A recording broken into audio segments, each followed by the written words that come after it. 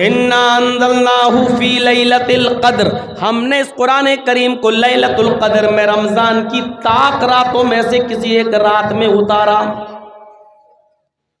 वमा अदराका मा लैलतुल क़द्र, और तुम्हें क्या मालूम कि लैलतुल क़द्र क्या है। जिस रात में हमने इस कुरान करीम को नाजिल किया, उस कुरान के नाजिल होने की वजह से अल्लाह रब्बुल आलमीन ने उस रात को 1000 महीनों की इबादत से ज़्यादा फजीलत अता फरमा दी।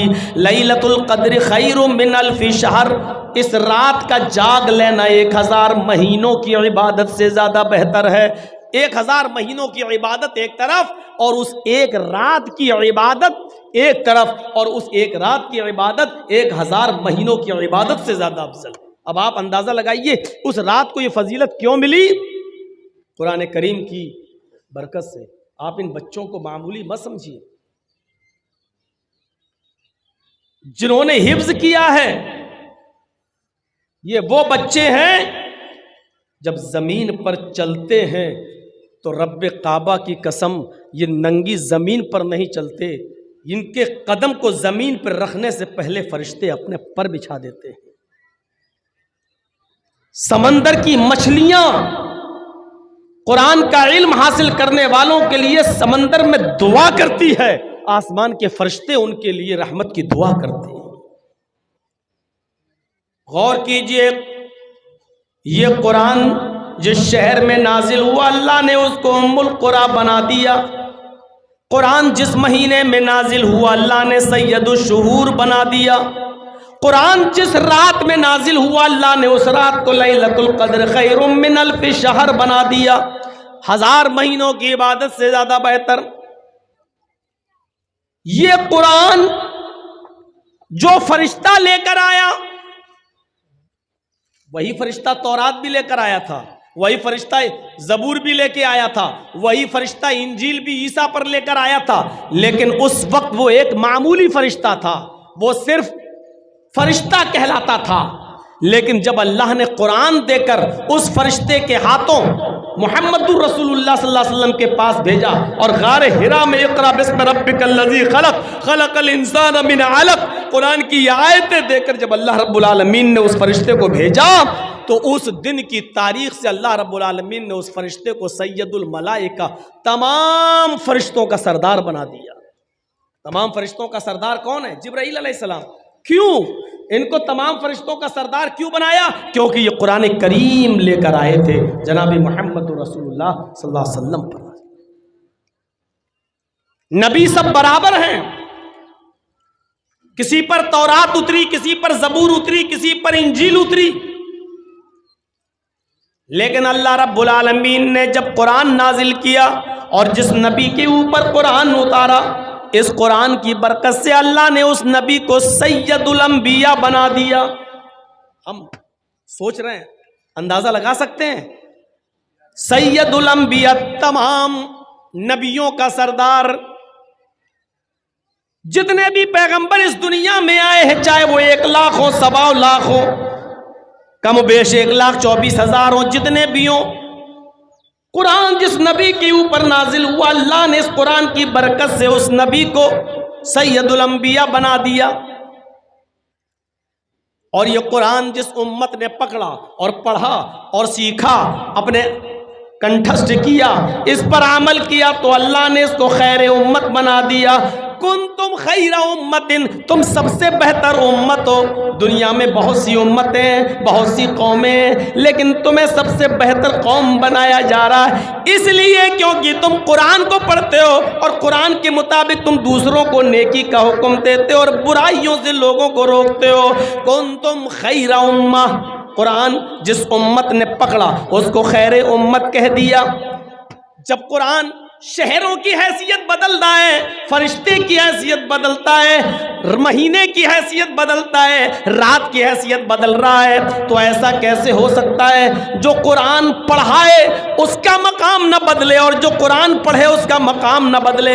ऐसा कैसे हो सकता है? इसलिए अल्लाह के नबी ने फरमाया, खैरुकुम मन तअल्लमल कुरान व अल्लमा, तुम में सबसे बेहतर वो है जो कुरान को खुद पढ़ता है और दूसरे को पढ़ाता है, जो खुद सीखता और दूसरे को सिखाता है। यह है कुरान का मकाम, यह है कुरान का मर्तबा, यह है कुरान की हैसियत जिसने दुनिया की तमाम चीजों की हैसियतों को बदल दिया। अल्लाह के नबी फरमाते हैं इन्नल्लाह यरफ़उ अन हाज़ल क़ुरआनी अक़वामन व यज़उ बिहिल आख़िरीन। इस कुरान पर अमल करने की वजह से अल्लाह रब्बुल आलमीन बहुत सी कौमों को तरक्की देता है, उरूज पर पहुंचा देता है, सुरैया अता फरमाता है। और कुरान छोड़ देने की वजह से अल्लाह रब्बुल आलमीन बहुत सी कौमों को जलील कर देता है, रुसवा कर देता है, बहुत सी कौमों को नेस्तनाबूद कर देता है। यही कुरान है जिसकी वजह से अल्लाह कौमों को इज्जत बख्शता है। यही कुरान है जिसकी वजह से अल्लाह रब्बुल आलमीन अगर छोड़ता है, कोई उस पर अमल नहीं करता, तो उसकी वजह से कौमों को जलील कर देता है।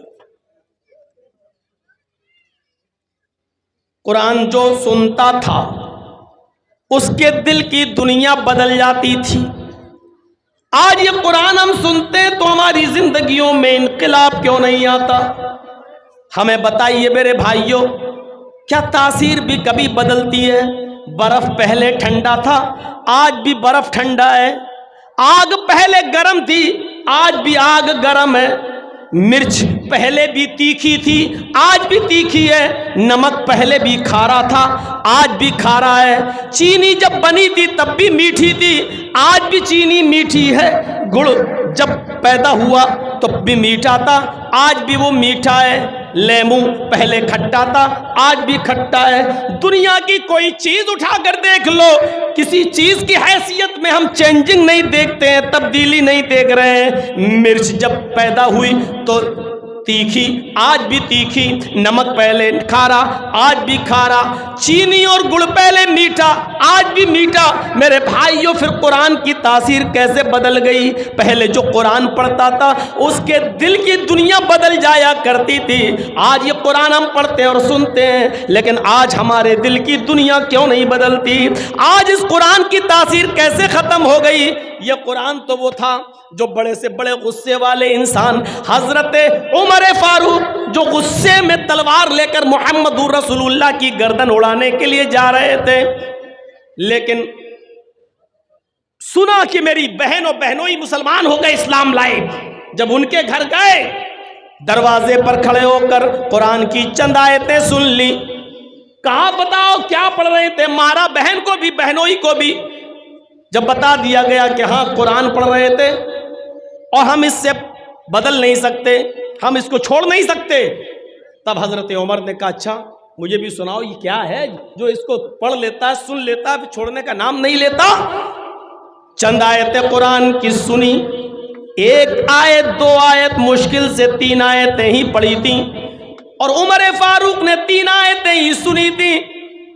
चीख पड़े, नहीं नहीं, ये कुरान किसी इंसान का कलाम नहीं हो सकता, ये कुरान किसी इंसान का कलाम नहीं हो सकता है। आए मेरी बहन, आए मेरे बहनोई, मुझे भी उस जात के पास ले चलो जिसके ऊपर ये कुरान नाजिल हुआ है, यानी मुहम्मदुर रसूलुल्लाह सल्लल्लाहु अलैहि वसल्लम के पास लेकर चलो। जब हजरत उमर को नबी अकरम के पास लाया गया तो यही उमर कुरान की चंद आयतें सुनकर मुहम्मदुर रसूलुल्लाह के हाथ पर बैठ करके इस्लाम ले आते हैं। कुरान की चंद आयतें कोई सुन लेता था, दिल की दुनिया बदल जाती थी। आज क्या हो गया हमें? हम कुरान सुनते हैं लेकिन हमारी दिल की दुनिया नहीं बदलती है। यही कुरान है। अब्दुल्ला जुल बजादैन जंगल में बकरियां चरा रहा है और मुहम्मदुर रसूलुल्लाह पर ईमान लाने वाले सहाबा भी जंगल में बकरियां चरा रहे हैं। हाँ, बकरियां चरा रहे हैं। बकरियां चराते जाते और सहाबा कुरान की आयतें गुनगुनाते जाते।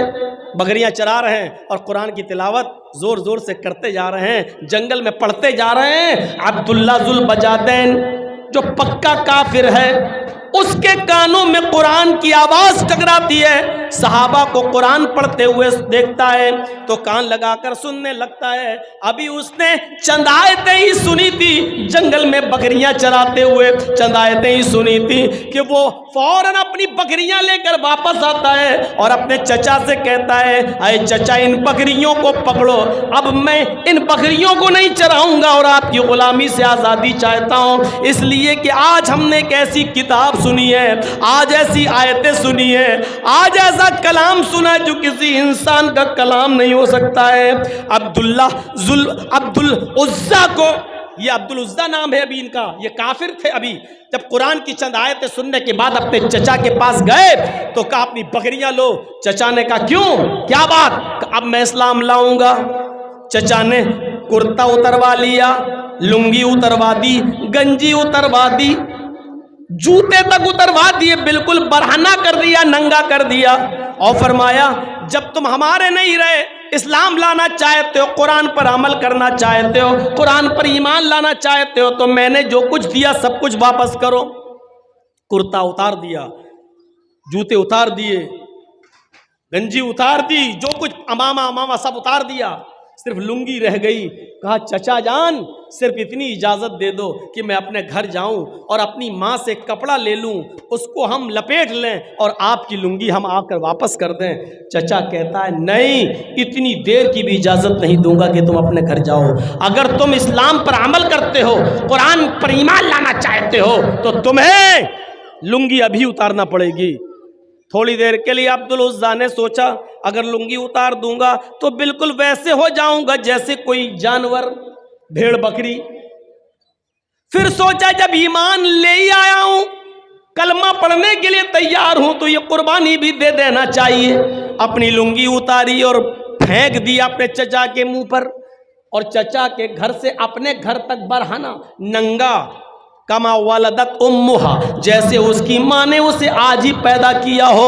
उस जालिम चचा ने लुंगी तक छीन ली और अपने चचा के घर से अपने घर तक जब आया तो बिल्कुल बरहना और नंगा आया। रास्ते में लोगों ने उसको टोका, आए अब्दुल उज़्ज़ा ये क्या हो गया? और अब्दुल उज़्ज़ा कहता है अब मैं मोमिन हूं, अब मैं मोमिन हूं। कैसा लग रहा है ये जुमला? अब मैं मोमिन हूं, यानी सारी चीजें उतार दी, अब मैं मोमिन हूं, यानी ईमान कुर्बानी मांग रहा है। मैंने अपने कपड़ों की, जूते की, गंजी की, यहां तक कि लुंगी तक की कुर्बानी दे दी क्योंकि अब मैं मोमिन हूं।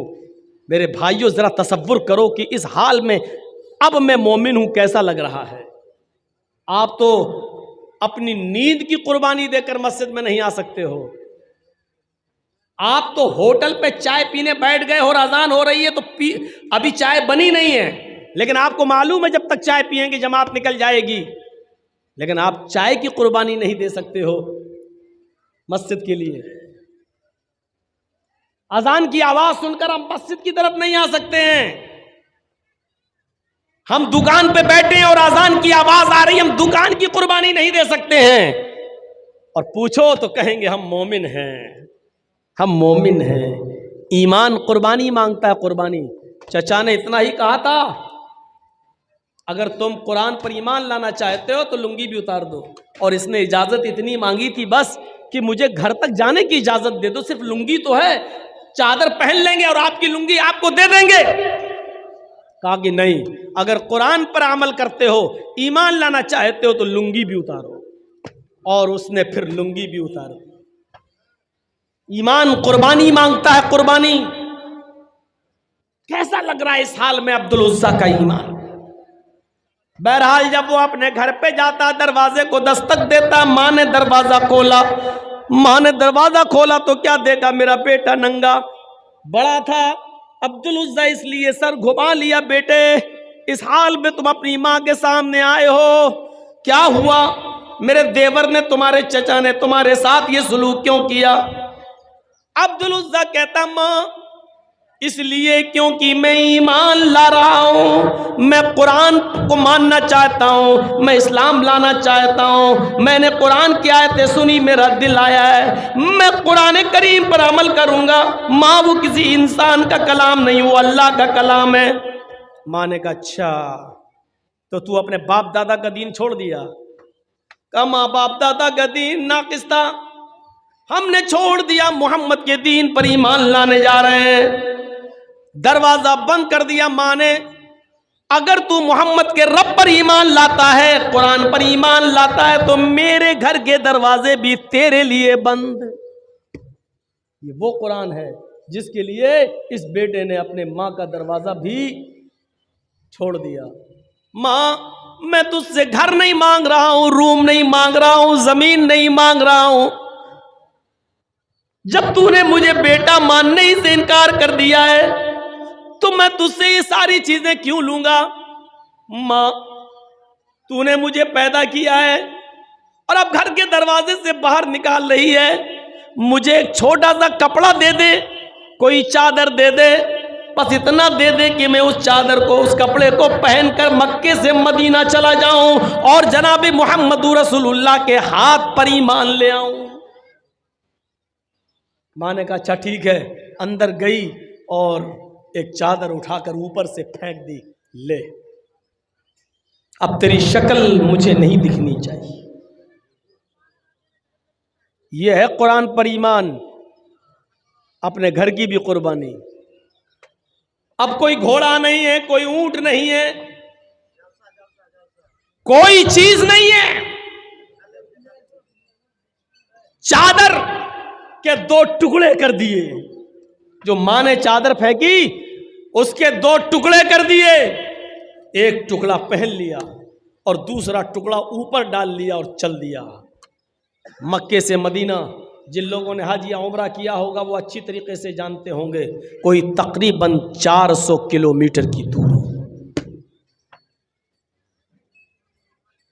तसव्वुर कीजिए आप, अब्दुल उज़्ज़ा के पास घोड़ा भी नहीं है, ऊंट भी नहीं है और मक्के से मदीना पैदल चल रहा है। जहां थक जाता ऊपर की चादर जमीन पे बिछा लेता, बैठ जाता। जहां नींद आती उसी जगह सो जाता। थोड़ा बहुत सत्तू जो लेके आया था वही खाता जा रहा है। पानी जहां मिल जाता पी लेता। रात का सफर, दिन का सफर, रात का सफर, दिन का सफर। चंद दिनों के सफर करने के बाद मदीना पहुंचता है। फजर की नमाज का वक्त है। मस्जिद नबवी में घुस जाता है और मिंबर के पास चुपके से उसी चादर को ओढ़कर बैठ जाता है। अल्लाह के नबी सल्लल्लाहु अलैहि वसल्लम नमाज पढ़ाने के लिए फजर की जब आते हैं, मिंबर के पास छुपे हुए, चुपके के से बैठे हुए इस आदमी पे नजर पड़ती है जो चादर ओढ़कर बैठा है। पूछा उधर कौन? जवाब दिया अब्दुल उज़्ज़ा। ओ अब्दुल उज़्ज़ा, मक्के से आए हो? हाँ। कैसे आए हो? पैदल आया हूं। क्या करने आए हो? कहा आपको नबी मानने के लिए, कुरान को आसमानी किताब मानने के लिए। फरमाया पैदल चले आयो? कहा चचा ने मुझे घर से निकाल दिया, लुंगी तक उतार दी, नंगा घर तक आया। मां ने घर के दरवाजे बंद कर दिए, सिर्फ चादर ली। घर छोड़ा, मकान छोड़ा, जमीन छोड़ी, जायदाद छोड़ी, सिर्फ कुरान को अपनाने के लिए, कुरान पर ईमान मजबूत करने के लिए, इस्लाम पर ईमान लाने के लिए मैं आपके पास चला आया। उधर नबी अकरम चीखते हैं, आए अब्दुल उज़्ज़ा, घर छोड़ दिया, मकान छोड़ दिया, बीवी बच्चे छोड़ दिए, माँ छोड़ दी, चचा छोड़ दिया, कपड़ा लत्ता सब छोड़ दिया, पैदल चला आया और ईमान बचा लिया। तो ये सौदा तुमने बहुत सस्ते में कर लिया है। इस ईमान के बदले में तुम्हें जन्नत मिलेगी। कलमा पढ़ा, इस्लाम ले आया। फरमाया अल्लाह के नबी ने, आज के बाद तुम्हारा नाम अब्दुल उज़्ज़ा नहीं है, बल्कि आज के बाद तुम्हारा नाम अब्दुल उज़्ज़ा नहीं है, बल्कि अब्दुल्ला ज़ुल बजादैन है। आज के बाद तुम्हें अब्दुल्ला के नाम से याद किया जाएगा। ये था अब्दुल्ला जिसने जंगल में सहाबा किराम के मुंह से निकलने वाली आयतों को सुना तो ईमान ले आया। इसकी दिल की दुनिया बदल गई। ये कुरान की तासीर थी, लेकिन आज कुरान की तासीर कैसे बदल गई? अभी मैंने मिसाल दी, इन खाने पीने की चीजों की तासीर नहीं बदली, कुरान की तासीर कैसे बदल गई? आज हम पढ़ते हैं, रमजान में पूरा पूरा कुरान सुनते हैं, कुछ कुछ मस्जिदों में एक ही रात में पूरा पूरा कुरान पढ़ लिया जाता है। नई दुकान नए मकान में किराए के टट्टुओं को बुलाकर पूरा पूरा कुरान एक दिन में पढ़ लिया जाता है। मैं पूछता हूँ मेरे भाइयों, कुरान आज हमारे हलक के नीचे क्यों नहीं उतर रहा है? मैं पूछना चाहता हूँ कुरान की तासीर कैसे बदल गई? ये कुरान वो कुरान था, ये कुरान वो किताब थी जो डंके की चोट पर ऐलान कर रही है कि लौ अंज़लना हाज़ल कुरान अला जबलिन लराइतहु खाशिअम मुतसद्दिअम मिन खशियतिल्लाह। अगर हमने इस कुरान करीम को किसी ऊंचे पहाड़ के ऊपर नाजिल किया होता, अल्लाह कह रहा है लौ अंज़लना हाज़ल कुरान अला जबल, अगर हमने किसी एक पहाड़ के ऊपर हमने इस कुरान करीम को उतारा होता, लराइतहु, तो आए मोहम्मद सल्लल्लाहु अलैहि वसल्लम आप उस पहाड़ को देखते, आप उस पहाड़ की हालत देखते, खाशिअम मुतसद्दिअम मिन खशियतिल्लाह, वो झुका जा रहा होता, मुतसद्दिअम फटा जा रहा होता, मिन खशियतिल्लाह, अल्लाह के खौफ से। अगर हमने इस कुरान करीम को इंसान के अलावा अगर हमने पहाड़ पर उतारा होता तो पहाड़ भी अल्लाह के खौफ से फट जाता, झुक जाता, धस जाता। इस कुरान करीम के बोझ को पहाड़ तक ने, अल्लाह कहता है कि हमने पेश किया, इन्ना अरज़नल अमानता अलस समावाति वल, हमने अपनी इस अमानत को, इस कुरान को आसमानों पर पेश किया। आसमान ने कहा नहीं अल्लाह, हम इसका बोझ नहीं उठा सकते। हमने जमीन को दिया, जमीन चीख कर बोली नहीं है अल्लाह, इस कुरान का बोझ हम नहीं उठा सकते। और जब हमने इंसान को ये कुरान दिया, अपनी अमानत दी, तो फौरन उसने उठा लिया। वहमलहल इंसानु इन्नहु काना ज़लूमन जहूला।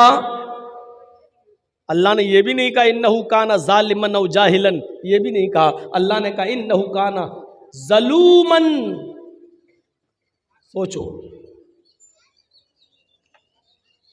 क्या कहा? पहाड़ ने मना कर दिया, जमीन ने मना कर दिया, आसमान ने इस कुरान के बोझ को उठाने से मना कर दिया। वह हमलहल इंसानु इन्नहु काना ज़ालिमन इन्नहु काना ज़लूमन। आए इंसान, तू कितना बड़ा जालिम है। ज़लूम इसमें मुबालिगा, कितना बड़ा जालिम है, कितना बड़ा जाहिल है। तुझे दिया और तूने फौरन उठा लिया। ये भी नहीं समझ पाया कि इसकी जिम्मेदारी कितनी बड़ी है। उठा तो लिया लेकिन तू इसकी जिम्मेदारी को निभा नहीं सका।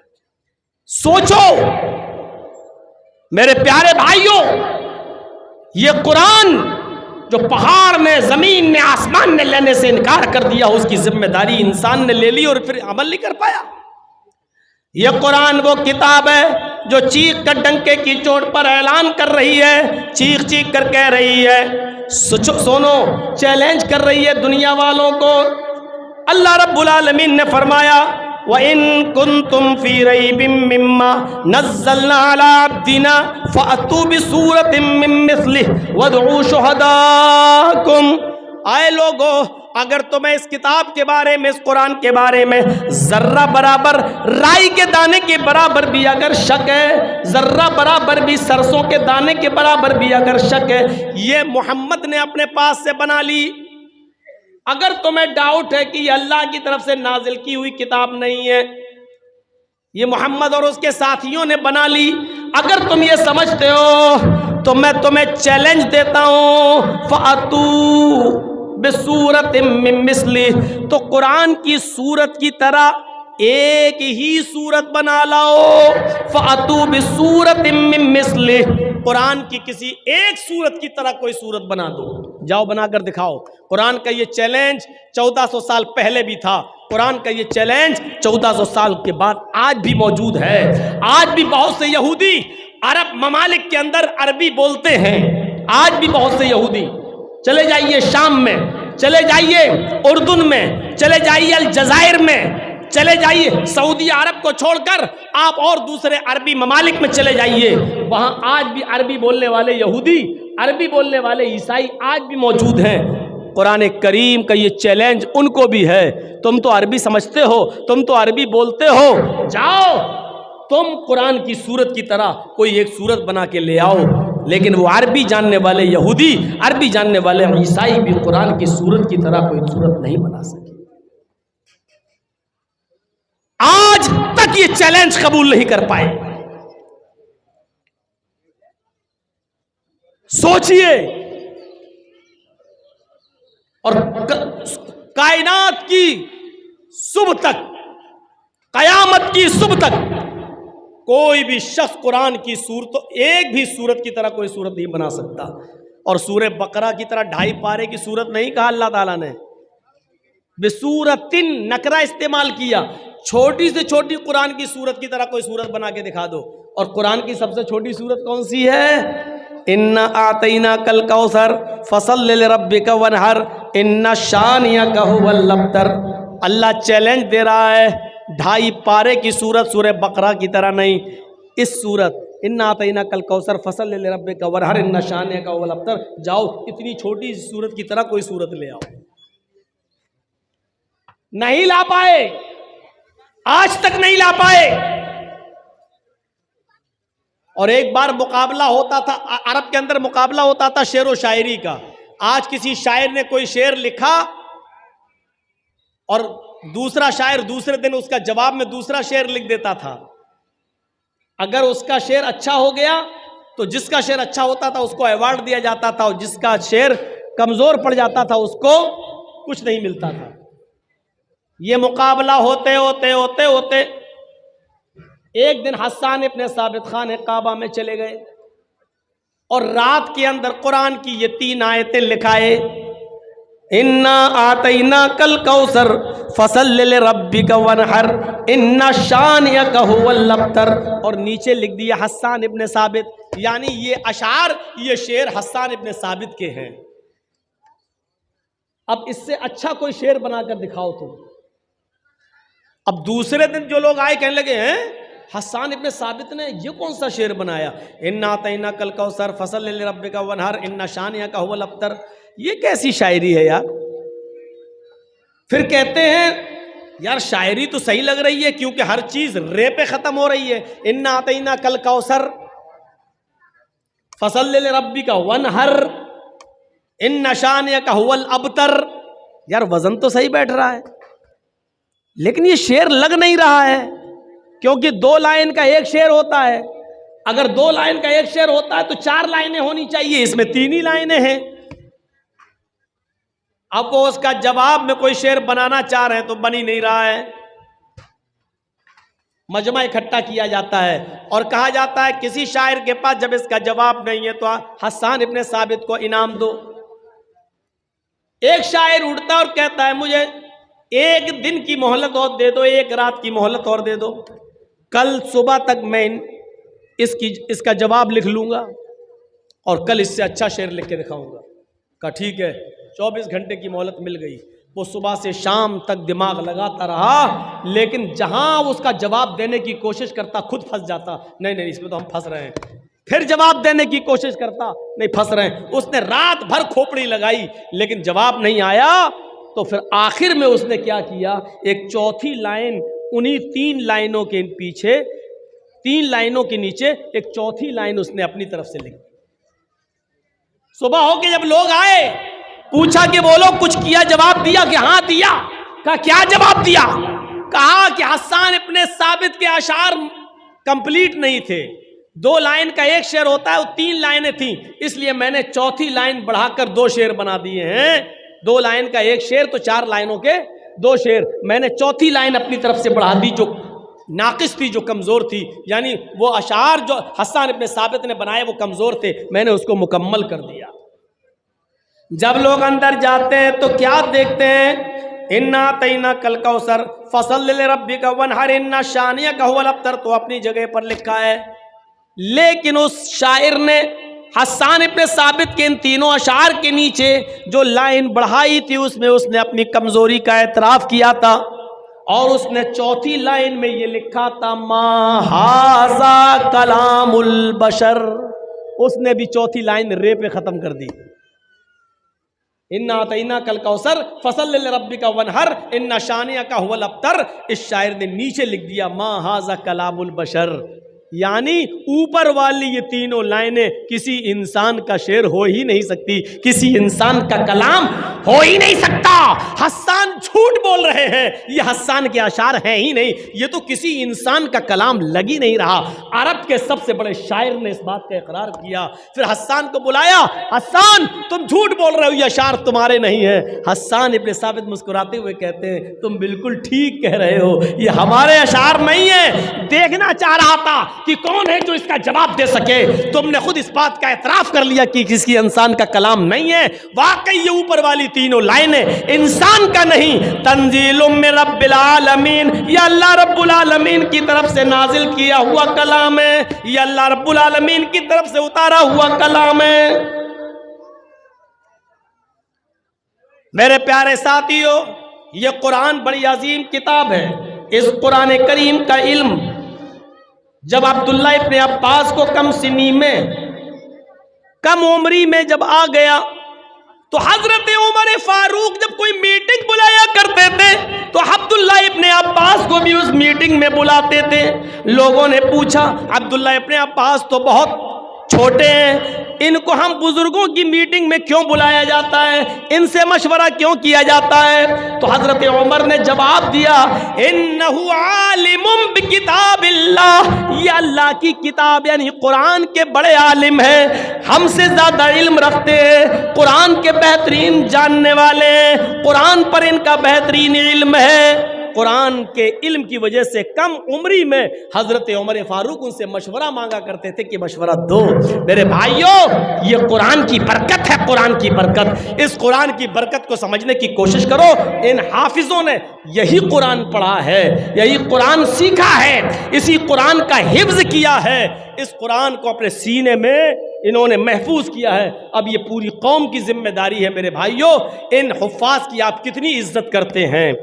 अगर आप इन सीने में जो किताब इन्होंने अपनी महफूज की है, अगर आप उसकी कदर करेंगे तो ये इनके सीनों में महफूज रहेगी। अगर आप इनको इज्जत की नज़र से नहीं देखेंगे तो ये भूल जाएंगे। इन बच्चों के सामने अपना फ्यूचर है कि कुरान तो याद कर लिया, लेकिन हम मुस्तकबिल में क्या करेंगे? आज रोजी रोटी से जुड़े हुए तमाम मसाइल हैं, इसलिए इन बच्चों की नाकदरी नहीं होनी चाहिए। यह कौम की जिम्मेदारी है कि इन बच्चों को कदर की नजर से देखें। आपकी जिम्मेदारी है कि ऐसे इदारे भरपूर ताउन करें ताकि इन इदारों से हाफिज के साथ साथ आलिम भी बनकर निकले और पूरे मुल्क के अंदर और पूरे हिंदुस्तान ही नहीं पूरी दुनिया के अंदर इस्लाम की रोशनी को फैलाएं। आज इस्लाम एक लाचार सा नजर आ रहा है, सिसकियां ले रहा है।